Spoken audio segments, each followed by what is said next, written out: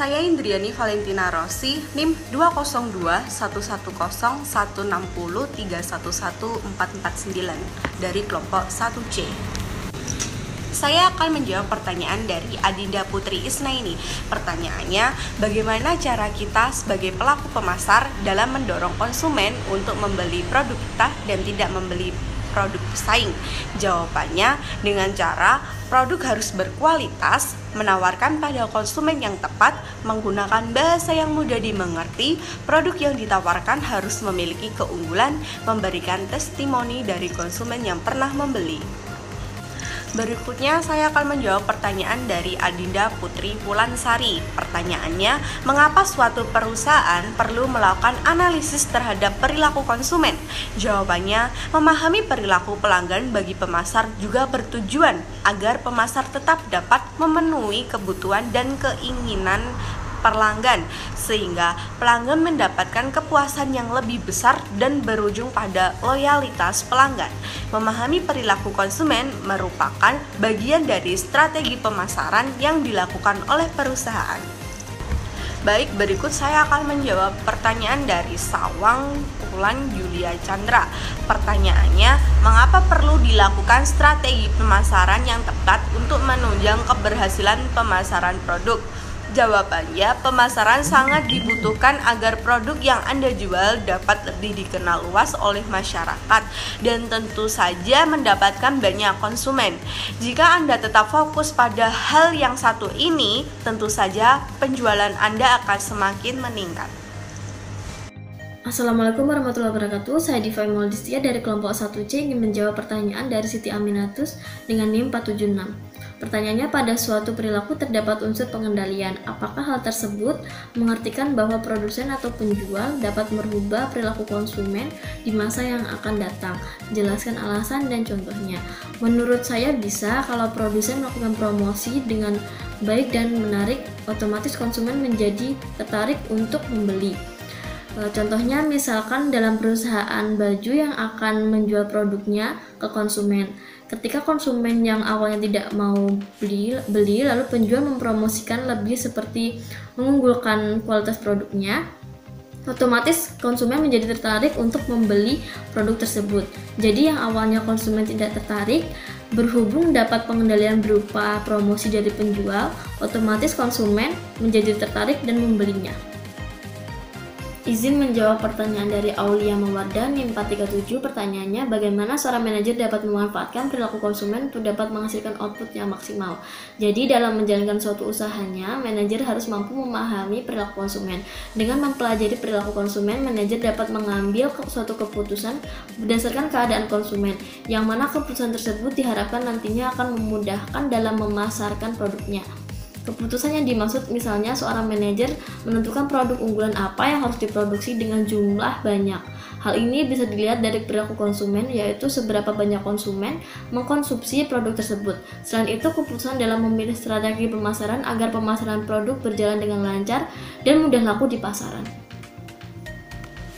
Izin menjawab pertanyaan Rosida, NIM 637. Pertanyaannya, apakah perilaku konsumen dapat membantu dalam pengambilan keputusan yang berkaitan dengan operasional perusahaan?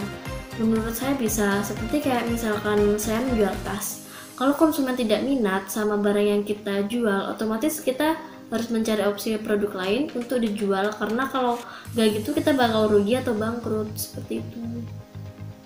Perkenalkan, nama saya Muhammad Aditya dengan NIM 2021-101-6031-1473 dari kelompok 1C.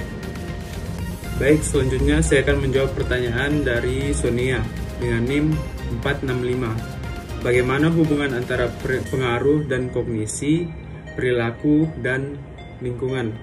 Jadi, seperti yang kita tahu sendiri, ada 3 komponen penting dalam marketing strategi. Yang pertama adalah consumer effect and cognition, yang kedua consumer behavior, dan yang ketiga adalah consumer environment. Jadi, masing-masing dari 3 elemen tersebut dihubungkan oleh panah berkepala 2 yang menunjukkan bahwa salah satu dari mereka dapat menjadi sebab atau akibat dari perubahan di satu atau lebih dari elemen lainnya. Misalnya, konsumen melihat iklan deterjen baru yang menjanjikan untuk membersihkan pakaian lebih baik daripada Tide. Iklan ini mengubah apa yang konsumen pikirkan tentang merek, pakaian, dan mengarahkan ke pembelinya. Dalam hal ini, perubahan lingkungan konsumen, yaitu iklan deterjen baru, menyebabkan perubahan kognisi atau konsumen percaya bahwa deterjen baru lebih baik, yang menyebabkan perubahan perilaku, sehingga konsumen akan terpengaruh untuk membeli merek tersebut. Seperti itu. Selanjutnya, saya akan menjawab pertanyaan dari Fajar Rahmansyah Putra dengan NIM 484. Jelaskan hubungan dengan ekonomi mikro dan makro, serta contoh penerapan dari ekonomi mikro dan makro itu sendiri. Jawabannya adalah jelas bahwa ekonomi makro tidak berdiri sendiri, melainkan terjalin dengan adanya ekonomi mikro dan bekerja bersama-sama agar menjadi efisien. Pilihan berdasarkan faktor ekonomi mikro, baik dari perorangan atau bisnis, dapat berdampak pada ekonomi makro dalam jangka panjang. Demikian pula, kebijakan nasional yang melibatkan ekonomi mikro dapat mempengaruhi bagaimana rumah tangga dan perusahaan berinteraksi dengan ekonomi mereka. Misalkan, jika pemerintah menaikkan pajak atas produk tertentu, pemilik toko perorangan harus menaikkan harga yang akan berdampak pada konsumen dan keputusan mereka untuk menerapkan terhadap produk terhadap produk dengan harga tersebut. Selanjutnya mungkin yang dimaksud Fajar itu ceteris paribus. Jadi ceteris paribus atau secara literal berarti hal-hal yang dianggap tetap sama atau konstan di dalam teori ekonomi. Di dalam teori ilmu pengetahuan, ceteris paribus digunakan untuk menyingkirkan atau menilihkan beberapa faktor atau variabel yang dianggap tidak relevan atau berada di luar asumsi yang digunakan untuk membuat suatu prediksi dan teori. Jadi contohnya adalah hukum penawaran dan permintaan menyatakan bahwa jika jumlah permintaan melebihi jumlah penawaran, maka harga barang akan naik dengan asumsi ceteris paribus atau variabel-variabel lain dianggap konstan. Asumsi ceteris paribus di sini dibutuhkan agar luaran atau output dari hukum permintaan dan penawaran tersebut tetap valid, karena ada faktor-faktor atau variabel-variabel tak terduga yang dapat membuat prediksi yang dibuat hukum tersebut menjadi salah. Terima kasih. Baik, pada kesempatan kali ini saya akan menjawab pertanyaan dari Anissa Yasmin dengan NIM 443. Menurut kalian, apakah kinerja perusahaan Honda dengan menghadapi persaingan sudah tepat? Jika belum, maka hal apa saja yang perlu diperbaiki oleh perusahaan? Jadi, untuk mempertahankan dan mengembangkan keunggulan kompetitif secara berkelanjutan atau The Sustainable Competitive Advantage atau SCA, bisa dengan menerapkan strategi berikut. Yang pertama adalah positioning strategi melalui citra produk Honda berteknologi tinggi, bandel, irit ban bakar, varian produk lebih beragam, dan brand global terpercaya.